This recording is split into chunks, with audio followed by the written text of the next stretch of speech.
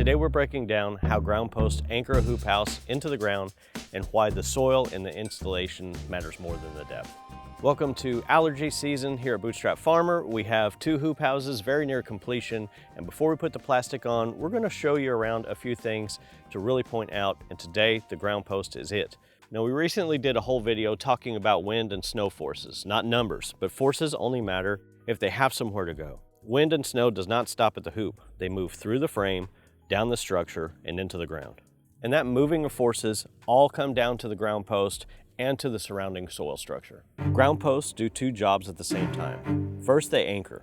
They keep the frame from sliding, lifting, or moving in the wind. Secondly, they're the load transfer point. They take the forces from the hoops and move them into the soil.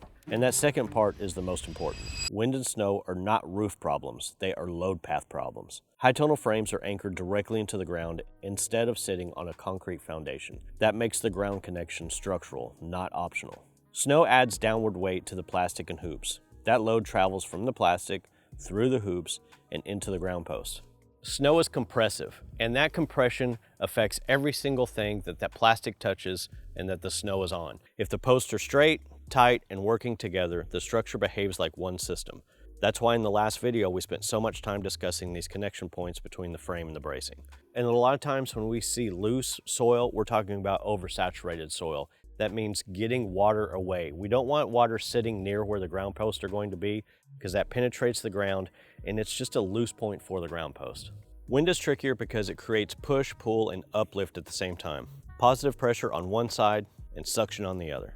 Ground posts resist the pushing, the pulling, the raking and twisting back and forth, but only if they're set right at a great depth in a soil structure that's good for the hoop house. Each post matters, but posts have to work together as a connected frame. The airplane wing comparison works here for one simple reason. We're not talking about speed or flight, we're talking about pressure. A wing has pressure on one side and suction on the other at the same time. That creates lift and twist, and those forces have to move through the structure instead of hitting one spot. Wind does the same thing to a hoop house. It doesn't push evenly. It creates different pressures across the structure, and the frame and ground posts have to deal with that. And so if we have part of the structure that is not set correctly or set different than everything else, and it's out of line, it's out of square, it's out of plumb, that weak point, whenever we start getting compression loads in the snow or crazy wind transfer on one side, that's where that twist begins. And that's why it's so important to line up all of the hoop houses and to make sure it's as square as possible to have this nice, strong, even connected structure. Ground posts just don't sit in soil. They rely on soil resistance to stay put. Soil holds a hoop house 3 ways: friction along the post, lateral soil pressure, and confinement from dense soil. That's why depth alone is not the answer. Saturated soil, loose fill whenever you're backfilling, or my favorite word to say, wallowed out.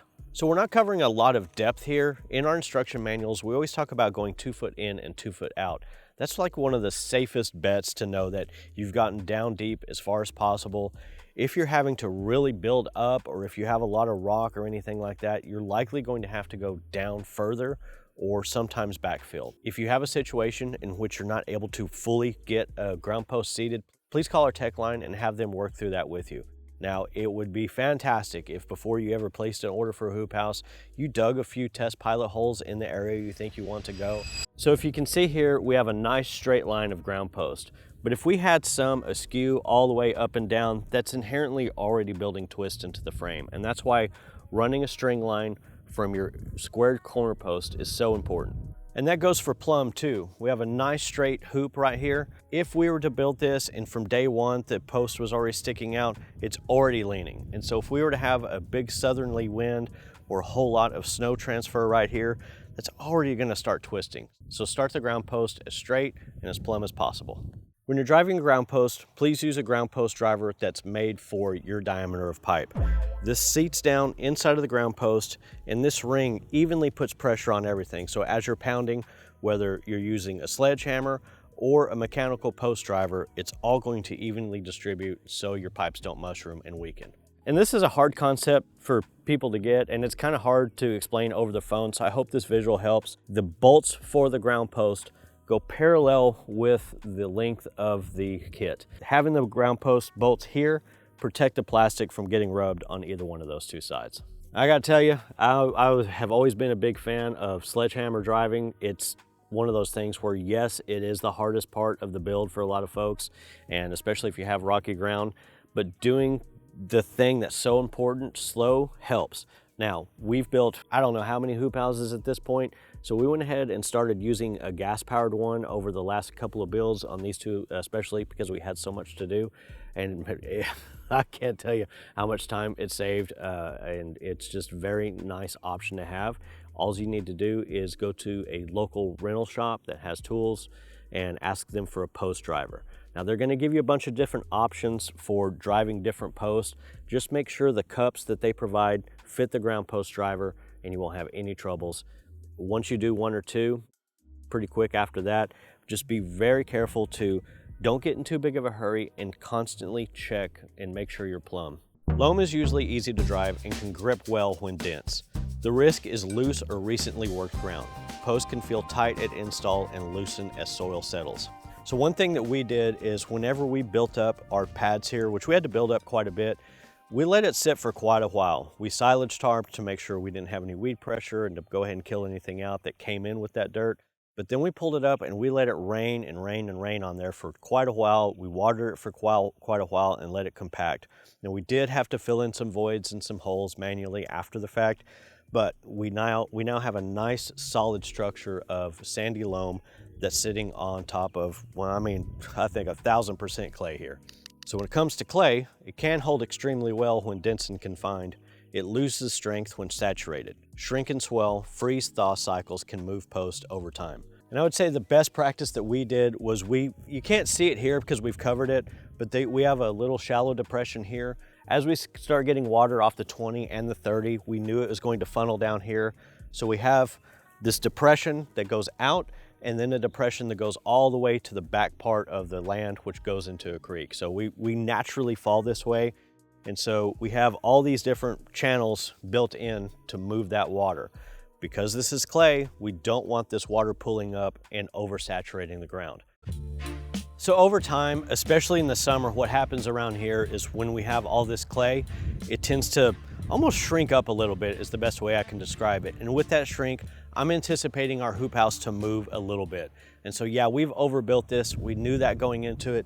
We've got the wind braces, we've got the trusses, all to help. Again, if we have one ground post that gets out of line, we're anticipating that, and we're doing other things to help dissipate that load. Even though we started out with a perfect ground post situation, that's liable to change, especially in the clay. Now let's talk about rock, and we're going to separate this into two categories, bedrock and rocky soil.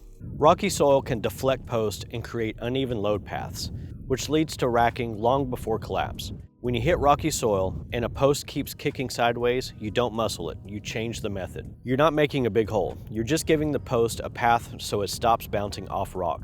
If you hit solid rock, that's your signal to change plans. Pre-drill where it makes sense or move to an anchoring approach designed for that site. The worst thing you can do is force a crooked post and pretend it's fine. Now let's talk about something I have dealt with, bedrock. You cannot power through solid rock. Your options are to shift the layout, move the hoop house, or pre-drill where appropriate using a different anchoring approach. So again, it is not a fun day. It's gonna add cost, it's gonna add labor, and it's gonna set you behind, but you're gonna have to drill out the rock. There's rental tools. We wound up using a little jackhammer and a post driver to get in there, jackhammer it down, set the post a little bit, and then pour concrete in the hole itself. So folks, that's really it. If you can drive the ground post 2 foot in, 2 foot out, perfect. You don't need to call and everything's gonna be fine. If you're encountering problems, please call the tech line and give them your specific situation so they can help guide you as to what to do and perhaps some tools or some tricks to use along the way. So we're going to be covering all of these components in detail over the next few weeks. Please subscribe if you don't want to miss any of that. If you have any questions about today's or want to give us questions to consider on any of the upcoming structures, please list those down below and we will see you in the next video. And if you think we forgot to announce last week's winner, you're wrong. We are going to do that right now. And if you're the winner, please respond within 72 hours of this video. If not, we're going to pick another winner, folks.